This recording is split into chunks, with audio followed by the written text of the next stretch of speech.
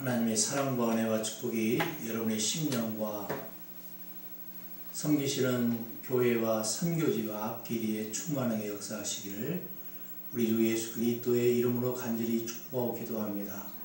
오늘 본문에서 우리는 초대 교회의 모습과 그 첫 출발의 처음 교회 공동체의 모습을 살펴볼 수가 있습니다. 처음 교회의 모습은 맘모스적인 교회가 아니었고 지극히 작은 가정 공동체였음을 알 수가 있습니다. 특히 여기서 우리는 어떤 것에도 붙들리지 않는 전적으로 순수한 영적인 공동체의 모습을 발견하게 됩니다. 처음 교회 교우들은 사도의 가르침을 받아 서로 교제하며 떡을 떼며 기도하는 데 힘을 썼습니다. 그리고 그들은 자신을 희생해서라도 이웃을 돕는 참 사랑과 봉사 생활을 했으며 깊은 신앙심을 가지고 헌신적인 생활을 하였던 것입니다. 이처럼 그리스도 예수의 복음은 사람들을 사로잡아 그들로 하여금 이기적이고 물욕적인 생활에서 탈피해서 이웃을 돌아보고 하나님과 교제하도록 하는 능력이 있었던 것입니다.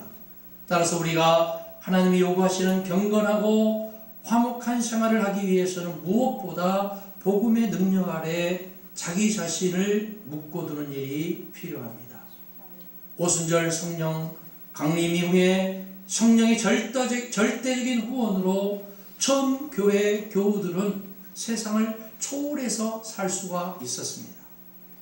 그래서 이것을 보았던 많은 사람들은 두려워하게 되었어요. 그리고 성령은 그들에게 서로를 다른 사람으로서가 아니라 자기 자신을 대하듯이 사랑할 수 있는 마음을 주셨던 것입니다. 그래서 교우들은 날마다 마음을 같이하여 예배당에 모이기를 힘을 썼습니다. 집에서 떡을 떼며 기쁨과 순수한 마음으로 음식을 먹고 하나님께 찬양과 감사드리는 생활을 하게 되었던 것입니다. 또한 그들은 모든 재산과 소유를 팔아서 각 사람의 필요에 따라 나눠주도록 사도들에게 모든 것을 일임했던 것입니다. 그래서 하나님은 서로 나누는 이 아름다운 역사를 통해서 날마다 더 많은 사람들이 그리스도 예수의 복음을 받아들여서 교회 안에 구원받는 자의 수를 더하게 되는 줄 믿으시기 바랍니다. 이처럼 우리가 그리스도로 인해 변화된 삶을 살게 될 때에 그 궁극적인 그 지향점은 우리 자신의 고결한 인품을 연마하는 것뿐 아니라 변화된 삶을 통해서 그리스도의 복음이 좀 더 효과적으로 그리고 역동적으로 세상에 전파되는 것을 알아야만 합니다.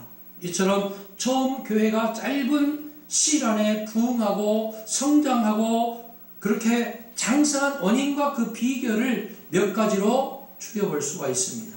43절에 사도들에겐 기사와 표적이 많이 일어난다고 했어요. 무엇보다 처음 교회는 사도들의 말씀의 터 위에 굳게 서 있었던 것입니다.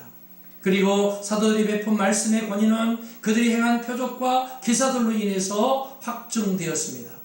모든 성령 충만한 교회, 그 결과는 성령의 능력을 힘입은 까닭입니다. 성령 충만의 능력으로서 사람들로부터 존경심과 공경심을 받은 사도들의 영적인 권위가 처음 교회 부흥의 비결이었던 것입니다. 44절 45절에는 유무상통하는 나눔 공동체 의식이었습니다. 그리스도인들은 오직 그리스도 안에서 모두 한 형제요 자매라는 한 가족 의식이 필요합니다. 하나 되게 하시는 성령의 인도하심을 따라서 내 것과 네 것이 구별 없이 상호 물건을 나눠 가지는 바 이른바 나눔 공동체 생활을 영위하였던 것입니다. 이 같은 현상은 당시 성령 충만함을 받은 결과로 나타난 자연 현상으로서 장차 아버지 나라에서 이루어질 그리스도인들의 이상적인 삶을 보여준 그림자라 할 수 있습니다. 처음 교회의 이러한 삶은 오늘날 교회 그리스도인들이 말과 혀로만 형제 자매하고 외칠 것이 아니라 정녕 사랑의 행함과 나눔의 실천으로서 그리스도 안에서 한 형제요 자매됨을 뜨겁게 확인해야 된다는 사실을 깨우친 표본이라 할 수 있겠습니다. 마지막으로 46절, 47절은 처음 교회 교우들은 날마다 마음을 같이하여 교회에 모이기에 힘썼다는 겁니다.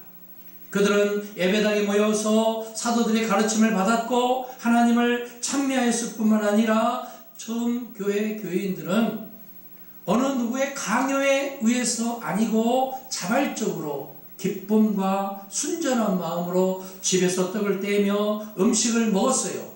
여기서 집에서란 말은 from home to home이라는 말이에요. 집에서 집으로 이런 뜻이에요.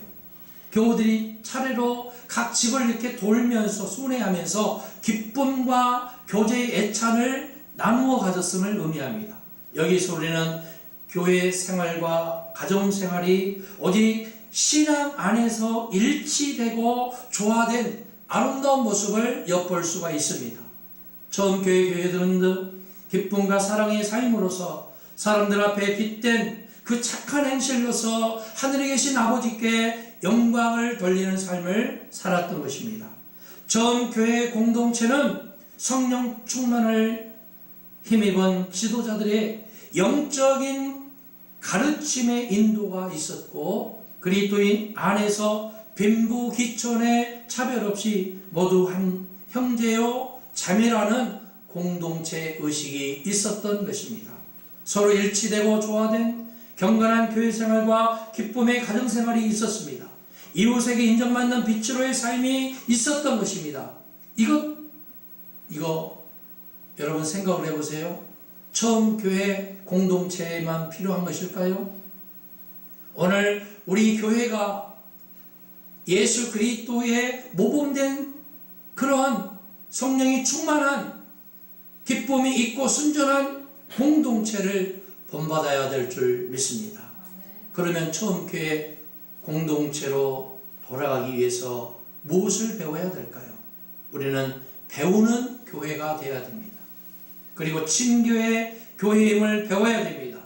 기도하는 교회, 경건한 교회, 여러가지 기사와 표적이 많이 일어난 교회, 나눠주는 교회, 예배하는 교회, 그래서 기쁨이 충만한 교회, 믿는 자나 믿지 않는 자에게 칭송을 받는 교회, 선교적인 마인드를 가지고 마을 목회에 집중하는 교회, 교회의 첫사랑을 잃어버리지 아니하고 첫사랑을 회복하는 교회, 경건한 삶이 있고 우리의 삶 속에 나사렛 예수 그리스도의 마인드를 가지고 아버지 나라의 복음적인 확신을 가지고 살아가는 그런 공동체들 될 수 있기를 바랍니다.